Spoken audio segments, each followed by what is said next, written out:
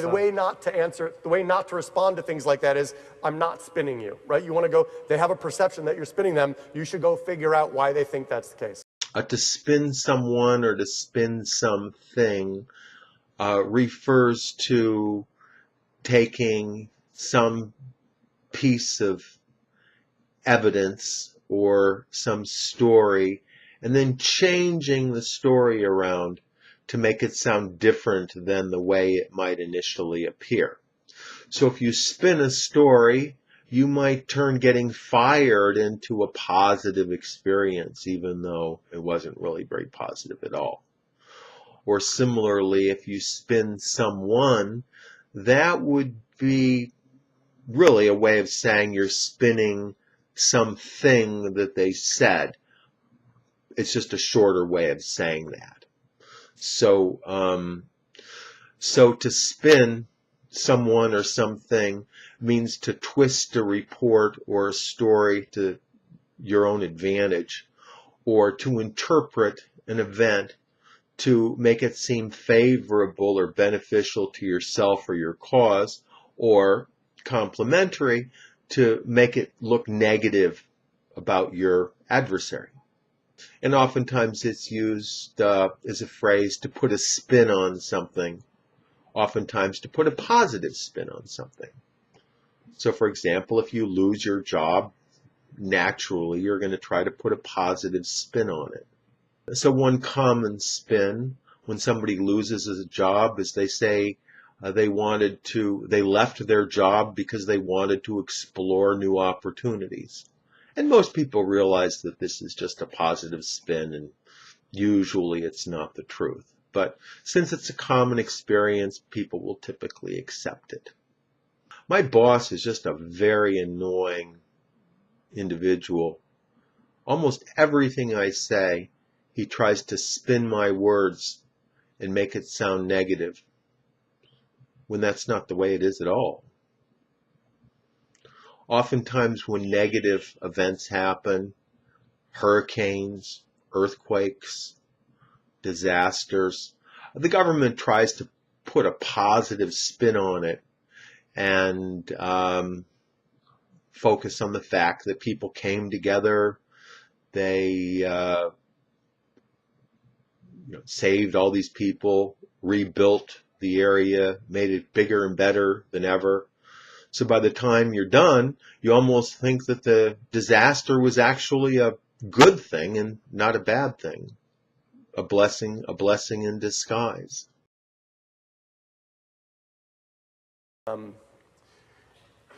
Saying something in a one-on-one when an employee tells you that they have an issue with someone else on the team, and you make some, off the cuff, what you perceive to be innocuous remark about that other employee, that then gets out there and is perceived as, oh, Dick's having conversations with person A about person X. Innocuous means something that is not harmful.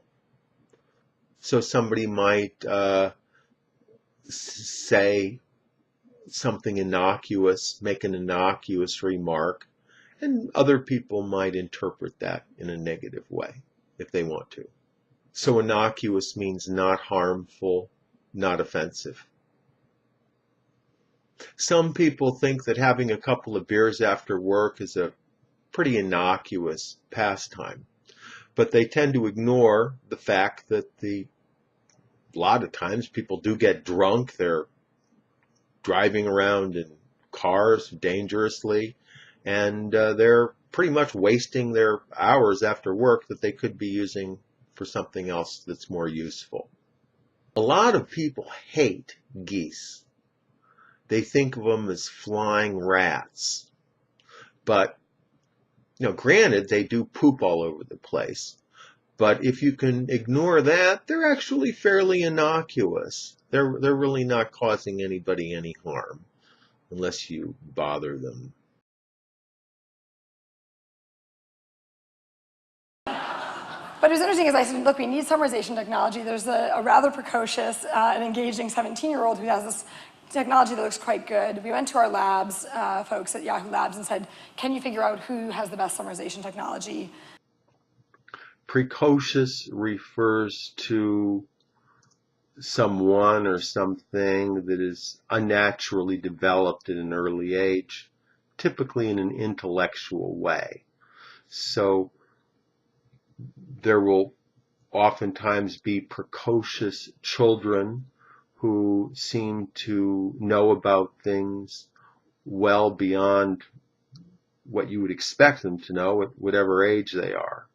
So a 3-year-old might already know how to read, or a 7-year-old might already know about nuclear physics, where it's quite a surprise to find out that they know so much about the subject matter.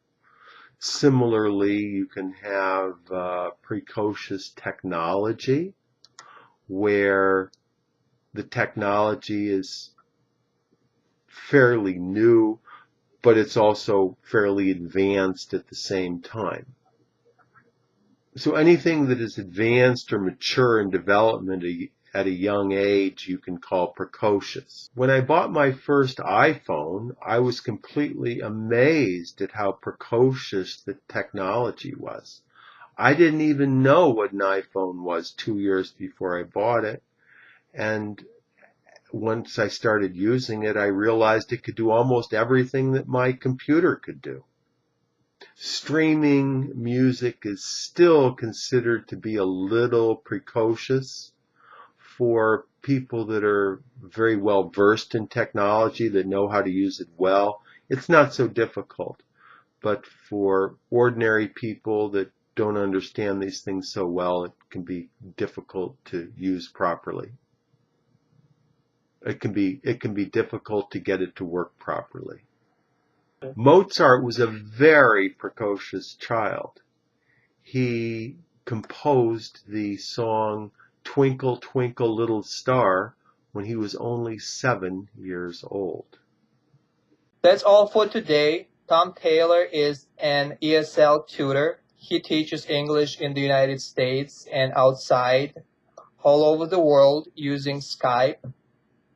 He can be reached at his website, which is ESL-fullsteamahead.com.